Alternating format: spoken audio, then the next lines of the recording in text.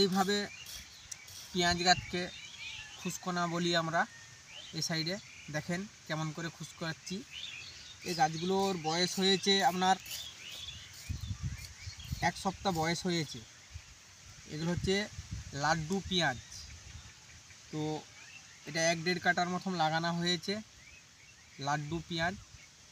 তো 1-1.5 কাঠার মধ্যে 1-1.5 কুইন্টল ঠিকঠাকভাবে পেঁয়াজ যদি হয় 1-1.5 কুইন্টল পেঁয়াজ হবে। তো একটা ফ্যামিলিতে যদি 1 কাঠা পেঁয়াজ বসানো যায় সারা বছর পেঁয়াজ আর বাজার থেকে কিনতে হবে না। বাজারে পেঁয়াজের দাম যা আপ ডাউন করে, তা আমাদেরকে যদি 1 কাঠা 1.5 কাঠা যদি জায়গা মাঠে ঘাটে যদি আমরা এই চারাটা বসাতে পারি, সারা বছর আমাদের পেঁয়াজ কিনতে হবে না। তো আমরা বিক্রি করার জন্য এটা পেঁয়াজ চাষ করা হয়নি, এটা বাড়ি খাওয়ার জন্য অল্প করে পেঁয়াজ বসানো হয়েছে। তো এই পেঁয়াজটার বয়স হয়েছে আপনার 1 সপ্তাহ বয়স হয়েছে। তো আজ এই যে হালকা করে গোড়াগুলো আলগা করে দেওয়া হচ্ছে। এইটা আমরা বলি খুসকোনা বলি, কোনো জায়গায় কোপনা বলে, বিভিন্ন জায়গায় বিভিন্ন রকম বলে। দেখেন কিভাবে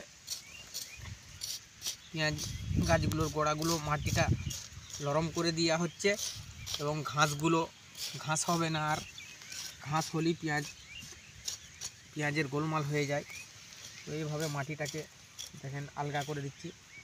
এই পেঁয়াজ চারাগুলো এবার লেগে গেছে।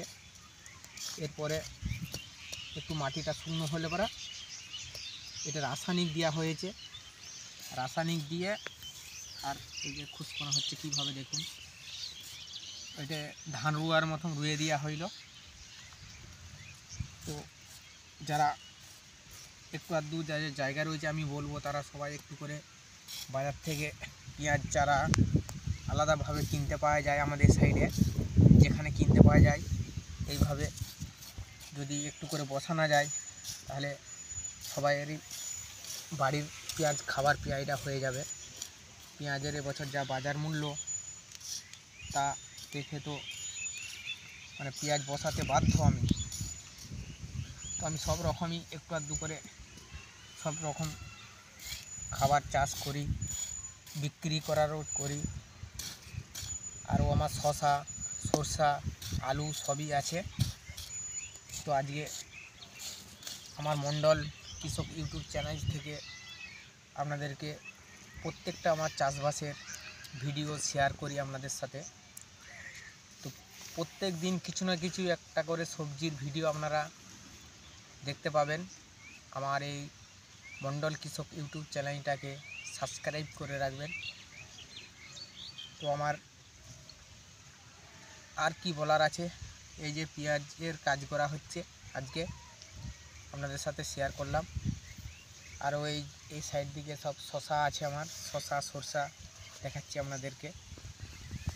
দেখেন এই যে শসা চাষ আছে এই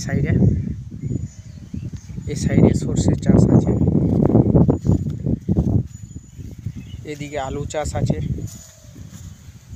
সব একটু একটু করে আছে। এই যে সরষেটা প্রায় 1 বিঘের মতন আছে, শসাটাও আছে, ওই সাইড দিকে আরও চাষবাস আছে, উপর দিকে আরও সরষে আছে। তো এবছর চাষবাসের এই অবস্থা। এটা ছোট সাইজের শসা গাছ। তো এই পর্যন্ত, সবাই ভালো থাকুন, সুস্থ থাকুন।